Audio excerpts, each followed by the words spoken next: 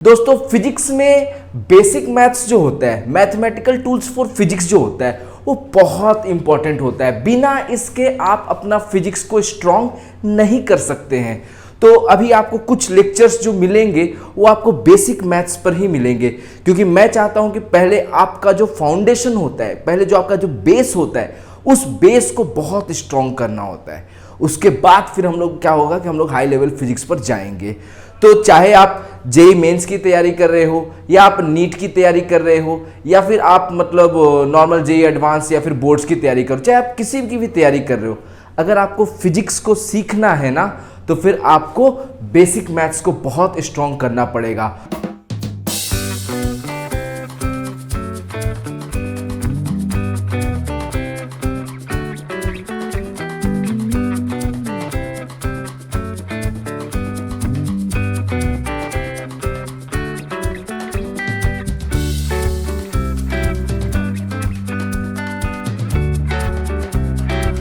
Hello and welcome everyone to my YouTube channel. Myself MD Shahbaz Salim and I have done BTech and MTech from IIT BHU Varanasi.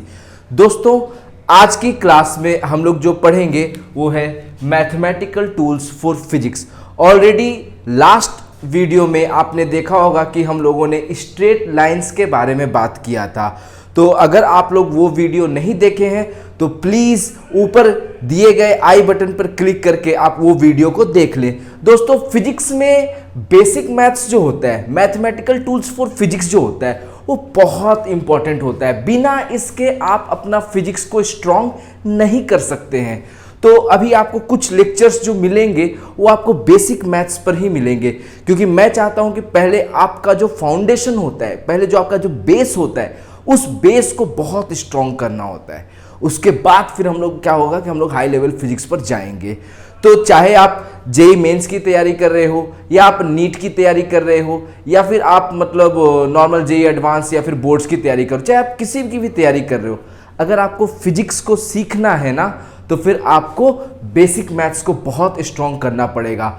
तो last video straight line पे था, वो जाकर के देख लीजिए। उसके बाद अभी का जो वीडियो है उसमें मैं कोऑर्डिनेट ज्योमेट्री के ही जो पोर्शंस है जो आपको आना बहुत अच्छे से चाहिए, क्योंकि उनका यूज फिजिक्स में पड़ जाता है, उन चीज़ों को हम लोग देखेंगे। तो मैं पहले ही आपको टॉपिक्स के नाम बता दे रहा हूँ कि हम लोग क्या क्या देखने वाले हैं। सबसे पहले हम लोग देखेंगे क्या, सर्कल, फिर हम लोग देखेंगे पैराबोला, फिर तीसरा हम लोग देखेंगे एलिप्स, एंड लास्ट में हम लोग देखेंगे क्या, हाइपरबोला। ओके इसमें पेयर ऑफ स्ट्रेट लाइंस भी एक चैप्टर होता है, बट वो फिजिक्स के पर्सपेक्टिव से उतना इंपॉर्टेंट नहीं है, वो आप लोग अपना मैथ्स में पढ़ सकते हो। फिजिक्स के पर्सपेक्टिव से जो इंपॉर्टेंट है वो ये चार, और एक स्ट्रेट लाइन जो बहुत इंपॉर्टेंट है, जो आपको पिछला वीडियो में आपको मिल जाएगा। तो चलिए शुरुआत करते हैं सर्कल से। तो सबसे पहले हम लोग बात करेंगे किसका, सर्कल। सर्कल जैसा नाम से ही हम लोगों को क्या है ना, बहुत मतलब नाम सुन के ही क्लैरिटी आ जाता है कि सर्कल मतलब क्या है, एक राउंड फिगर की बात हो रही होगी। ठीक, जैसे कि आपको मैं ऐसा कोई एक आपका एक फिगर ड्रॉ कर दिया, इसमें क्या है ना कि हर जो पॉइंट है आपका सर्कमफेरेंस पे, वो किसी पार्टिकुलर पॉइंट जिसको हम लोग सेंटर कह देते हैं, सेंटर पे से सब इक्वी डिस्टेंस पे, ये भी आपका डिस्टेंस आर पे होगा, ये वाला पॉइंट भी सेंटर से आर पे होगा, ये वाला पॉइंट भी सेंटर से आर पे होगा, हाँ कि नहीं। सर्कल का तो डेफिनेशन यही होता है क्या, locus of points that have a fixed distance from a particular point called as centre. कि सर्कल जो होता है बेसिकली आपका लोकस होता है हर उस पॉइंट का जो कि एक पार्टिकुलर पॉइंट से क्या होते हैं, इक्वी डिस्टेंट होते हैं।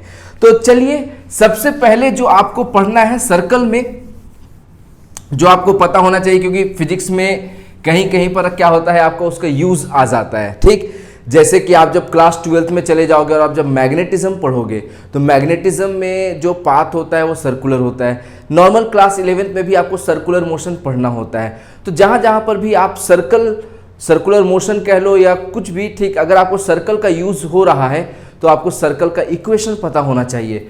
तो सबसे पहले हम लोग देखते हैं कि मान लीजिए ये आपका क्या है, एक्सिस है, this is x axis, this is y axis, and एक आपका सर्कल है जो जिसका जो सेंटर है वो ओरिजिन है, ओरिजिन बोले तो 0,0, और इस सर्कल का रेडियस आपको बोल दिया गया है कुछ क्या है आपका r है, और हम लोगों को इस सर्कल का इक्वेशन लिखना है। तो इक्वेशन कुछ नहीं, आप कोई भी एक पॉइंट P ले लीजिए, उसका कोऑर्डिनेट x, y होगा।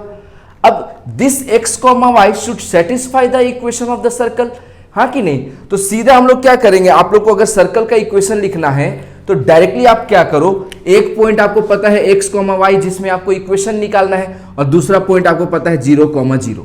आप डिस्टेंस फॉर्मूला लगा करके x माइनस 0 का whole square plus y minus 0 का whole square will be equal to r square. यानी कि आप डायरेक्टली कह सकते हो कि जो इक्वेशन ऑफ सर्कल जो आपको आएगा that will be simply x square plus y square is equal to r square. तो दोस्तों ये एक सर्कल का इक्वेशन है, जिस सर्कल का जो सेंटर है, सेंटर इज द ओरिजिन, और उसका जो रेडियस है, रेडियस इज बेसिकली r। तो बोलिए क्लियर है सबको? तो ये एक नॉर्मल सा सर्कल, हम लोग को बस इतना पता होना चाहिए कि अगर कोई भी इक्वेशन इस तरफ से होता है x square plus y square is equal to r square, तो हम लोग बेसिकली क्या करते हैं, बोलते हैं कि ये जो इक्वेशन है, ये इक्वेशन एक सर्कल का इक्वेशन है। बोलो क्लियर है? तो प्लीज आप वीडियो को पॉज कर ले, और वीडियो को पॉज करके एक बार नोट कर लें कि this is basically the equation of circle. यानी कहीं भी आपको अगर ऐसा इक्वेशन मिल जाएगा फिजिक्स में, x square plus y square is equal to some constant का स्क्वायर, तो हम लोग बोलेंगे कि ये जो इक्वेशन है हम लोगों का, ये एक सर्कल का इक्वेशन है। कौन सा सर्कल? जिसका सेंटर ओरिजिन है, जिसका रेडियस आपका क्या है, r।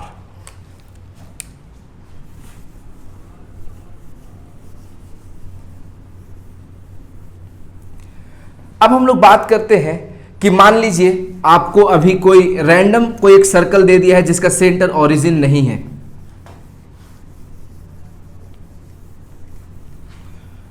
तो अगर कोई सर्कल है जिसका सेंटर ओरिजिन नहीं हो, तो हम लोग उस केस में क्या यूज करते हैं, general equation, general equation of circle. और जनरल इक्वेशन ऑफ सर्कल क्या होता है, तो x square plus y square plus 2gx plus 2fy plus c is equal to 0। Okay, ये जनरल इक्वेशन है सर्कल। मतलब कोई भी इक्वेशन अगर आप देखोगे इस फॉर्म में, तो आप बोलोगे कि ये जो इक्वेशन है, ये किसका इक्वेशन है, ये सर्कल का इक्वेशन है। और इसका जो सेंटर जो हो जाता है, centre is simply -g, -f। और इसका जो रेडियस जो हो जाता है, आपका रेडियस हो जाता है √g square plus f square minus c। तो दोस्तों आपको इस इक्वेशन का भी इस्तेमाल पढ़ सकता है। सिंपल इसका कहने का मतलब क्या है कि कोई एक सर्कल है जिसका सेंटर ओरिजिन नहीं है, उसका सेंटर क्या है, कुछ -g, -f, और इसका जो रेडियस होगा r, वो r को हम लोग बोल देंगे √g square plus f square minus c। तो बोलिए ये क्लियर हो गया, हाँ कि नहीं? बस आपको इतना ही जानना है फिजिक्स में। फिजिक्स में आपको बस मैथ्स का जो फाउंडेशन वाली जो चीजें हैं ना, वो स्ट्रांग होना चाहिए। नीट का भी जो प्रिपरेशन कर रहे हैं ना बच्चे, उनके लिए भी सबसे इंपॉर्टेंट क्या है कि आप फिजिक्स में भी पढ़ने के लिए, फिजिक्स को भी पढ़ने के लिए मैथ्स का एक बेसिक पढ़ो। अगर आप वो बेसिक नहीं पढ़ोगे ना, तो फिर आपका फिजिक्स स्ट्रांग नहीं होगा। फिर आप नीट में जो आपको 45-50 क्वेश्चन जो होता है ना, आप कुछ 20-30 क्वेश्चन ही अटेम्प्ट कर पाओगे, बाकी हर अच्छे क्वेश्चन में आप फंस जाओगे। तो यहां तक क्लियर है सबको? ठीक है। तो दोस्तों सर्कल में हमें इतना ही पढ़ना था। नेक्स्ट जो हमें पढ़ना है वो क्या पढ़ना है, सेकेंड चीज जो आपको पढ़ना है वो है क्या, आपका पैराबोला। ठीक, पैराबोला क्या होता है दोस्तों? तो पैराबोला इज सिंपली, अगर आपको कभी भी आपको इस तरह का ग्राफ मिल जाए, ऐसा मिल जाए, या फिर आपको ऐसा मिल जाए, या फिर आपको ऐसा मिल जाए, या फिर जस्ट इसका उल्टा आपको ऐसा मिल जाए, तो इन चार तरह का जो ग्राफ्स आप देख रहे हो यहां पर, इनको हम लोग बोलते हैं क्या, पैराबोला। इनको क्या बोलते हैं हम लोग, पैराबोला। तो दोस्तों पैराबोला का जो इक्वेशन होता है, जैसे अगर ये इक्वेशन, ये अगर हम लोगों को मतलब ग्राफ आपको ऐसा दिया हुआ है तो इसका इक्वेशन हो जाएगा y square is equal to 4ax। इसका इक्वेशन क्या हो जाएगा, तो y square is equal to -4ax। ठीक, क्योंकि ग्राफ क्या हो गया आपका लेफ्ट साइड, कनकेव लेफ्टवर्ड, हाँ कि नहीं। तो इस ग्राफ को हम लोग बोलते हैं कि इसका जो मुंह जो है वो राइट साइड की तरफ ओपन है, तो इस ग्राफ को हम लोग बोलेंगे कॉनकेव राइटवर्ड। क्या बोलेंगे, कॉनकेव राइटवर्ड। इस ग्राफ को हम लोग बोलेंगे क्या, कॉनकेव लेफ्टवर्ड, क्योंकि इसका जो मुंह जो है वो किधर के साइड ओपन है, लेफ्ट साइड के साइड ओपन है। ये जो ग्राफ है इसका हो जाएगा x square is equal to 4ay। Just जैसे ये y square equal to 4x था, ये x square equal to 4ay हो जाएगा, और इसको हम लोग बोलेंगे क्या, concave upward. Okay, and similarly ये क्या हो जाएगा आपका, तो x square equal to -4ay। Okay, and इस ग्राफ को हम लोग क्या बोलेंगे, कॉनकेव डाउनवर्ड, क्योंकि इसका जो मुंह जो है, इसका जो माउथ है वो डाउन साइड में ओपन है, तो इसको हम लोग कॉनकेव डाउनवर्ड बोल देते हैं। तो यहां पर आप लोग देख रहे होंगे कि हर जगह पर क्या यूज हो रहा है, ए यूज हो रहा है। तो ये ए क्या होता है, तो देखो हर पैराबोला का अपना क्या होता है, फोकस होता है। क्या होता है आपका, फोकस। और फोकस हुआ का जो पॉइंट होता है उसका कोऑर्डिनेट होता है आपको AE, 0। यहां पर जो फोकस होगा वो इस साइड हो जाएगा और उसका कोऑर्डिनेट हो जाएगा -AE, 0, where E is eccentricity. Okay, तो इतना आपको नहीं जानना है, आपको फिजिक्स में बस क्या जानना है कि भाई अगर मेरा इक्वेशन ऐसा है तो पैराबोला कॉनकेव राइटवर्ड होगा, अगर मेरा इक्वेशन ऐसा है तो पैराबोला कॉनकेव लेफ्टवर्ड होगा, अगर इसमें मतलब इक्वेशन अगर ऐसा है तो parabola concave upward, otherwise parabola concave leftward, sorry concave downward. तो दोस्तों आपको फिजिक्स में इससे ज्यादा का जरूरत नहीं पड़ेगा। जब आप मैथ्स पढ़ोगे तो मैथ्स में आपको क्या होगा कि आपको हर तरह का ये AE0 क्या होता है, फोकस क्या होता है, सेंटर क्या होता है, वर्टेक्स क्या होता है, इसेंट्रिसिटी क्या होता है, ये सब आपको मैथ्स में पढ़ना है। फिजिक्स के लिए आपको बस क्या करना है, आपको इक्वेशन रट लेने हैं कि अगर इक्वेशन ऐसा है तो ग्राफ ऐसा होगा, इक्वेशन ऐसा है तो ग्राफ ऐसा होगा। और इनडायरेक्टली आप मतलब इस तरीके से याद करो कि अगर मान लो कि आपको बोल दे कि पैराबोला कॉनकेव राइटवर्ड है, तो कॉनकेव राइटवर्ड ये जो इक्वेशन है इसको हम लोग y square proportional to x भी लिख सकते हैं। इसमें हम लोग क्या लिख सकते हैं कि y square is proportional to -x, हाँ कि नहीं। और इस इक्वेशन में हम लोग क्या लिख सकते हैं, इसमें हम लोग सीधे लिख सकते हैं x square proportional to y, और इसमें लिख देंगे x square proportional to -y, हाँ कि नहीं। तो बस आप प्रोपोर्शनैलिटी देखो कि अगर y स्क्वायर प्रोपोर्शनल x के हैं तो graph parabola concave rightward, y square proportional to -x है तो पैराबोला कॉनकेव लेफ्टवर्ड, हाँ कि नहीं। तो आप इस तरीके से याद करो तो आपको क्या होगा, आपको बहुत आसानी होगी मैथ्स पढ़ने में, मतलब फिजिक्स पढ़ने में। इतना अगर आपको मैथ्स का कॉन्सेप्ट अगर आ गया ना तो फिजिक्स आपकी स्ट्रांग हो जाएगी। तो पैराबोला में दोस्तों, पैराबोला में इतना ही है, ठीक। और इससे ज़्यादा आपको पैराबोला में नहीं जानना है क्योंकि हम लोग क्यों अननेसेसरी चीज़ों के बारे में बात करें। पढ़ने को तो मैथ्स में पैराबोला पूरा एक टॉपिक है, आपको तो पढ़ना होगा ही क्लास 11th में, लेकिन अभी फिजिक्स के लिए इतना काफ़ी है। अब दोस्तों हम लोग बात करते हैं थर्ड टॉपिक की जो आपको पढ़ना है, डेट इज एलिप्स। एलिप्स कैसा होता है, तो ओवल शेप का होता है। एलिप्स आपको ऐसा होता है, ओके। ये जो चीज है इसको हम लोग कहते हैं क्या, मेजर एक्सिस। ये जो बड़ा वाला जो एक्सिस है इसको हम लोग क्या कहते हैं, मेजर एक्सिस। ये जो छोटा वाला पोर्शन जो है आपको, ये इसको हम लोग कहते हैं क्या, माइनर एक्सिस। छोटा वाला एक्सिस क्या होता है आपका, माइनर एक्सिस, ओके। तो ये जो लेंथ होता है, ये लेंथ होता है आपको ए, और ये लेंथ होता है आपको क्या, बी।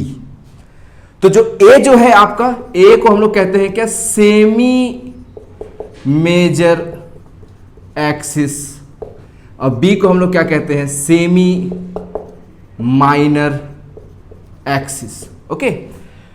तो जो इक्वेशन जो होता है आपका इसमें भी इक्वेशन जो है वो ए और बी में आता है, यानी इसका जो इक्वेशन जो हो जाता है आपको, ठीक, कौन सा इक्वेशन, जनरल इक्वेशन, ठीक।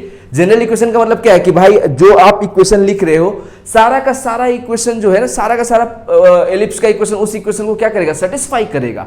तो जो इसका एलिप्स का जो जनरल इक्वेशन जो हो जाता है आपका, हो जाता है x square by a square plus y square by b square is equal to 1। Simple. तो बोलिए क्लियर है सबको, हाँ कि नहीं? तो एलिप्स में भी आपको बहुत ज्यादा नहीं जानना है। एलिप्स में बस आपको इतना जानना है कि जो शेप जो होता है वो ओवल शेप का होता है, major axis, minor axis. Semi major axis का लेंथ ए होता है, सेमी माइनर एक्सिस का लेंथ बी होता है। तो जो इक्वेशन जो आता है आपको वो x square by a square plus y square by b square equal to 1। यानी जहां पर भी आप ऐसा इक्वेशन देखोगे तो आप बोलोगे कि ये इक्वेशन किसका है, एलिप्स का है। आप इसको क्रॉस चेक भी कर सकते हो कि अगर मान लो ए और बी का लेंथ अगर बराबर हो जाए तो ये सर्कल हो जाएगा कि नहीं हो जाएगा, बोलो। अगर ए इज इक्वल टू बी हो जाए, ये और ये दोनों अगर बराबर हो जाए तो ये आपको क्या बन जाएगा, ये आपको एक सर्कल बन जाएगा। तो ए बी को भी ए पुट कर दो तो इक्वेशन क्या बनेगा, if a is equal to b, तो इक्वेशन क्या हो गया, x square by a square plus y square by b को भी ए लिख दो इज इक्वल टू 1। यानी इक्वेशन हो गया x square plus y square equal to a square. Circle का इक्वेशन हो गया कि नहीं हो गया? तो एलिप्स ही में अगर सेमी मेजर और सेमी माइनर एक्सिस क्या हो जाए, सेम हो जाए, तो वो बेसिकली क्या बन जाता है, सर्कल बन जाता है। और सर्कल का इक्वेशन क्या होता है, अभी जस्ट हम लोग पढ़े, ऐसा ही होता है, हाँ कि नहीं? तो अपने आप को आप क्रॉस चेक भी कर सकते हो। जितना आप अपने आप को क्रॉस चेक करने की हैबिट डेवलप करोगे ना, आपकी फिजिक्स जो है ना उतनी ही स्ट्रांग होगी। तो आई होप कि आपको एलिप्स भी समझ में आ गया होगा। ठीक, चलते हैं हम लोग अपने अगले टॉपिक की तरफ।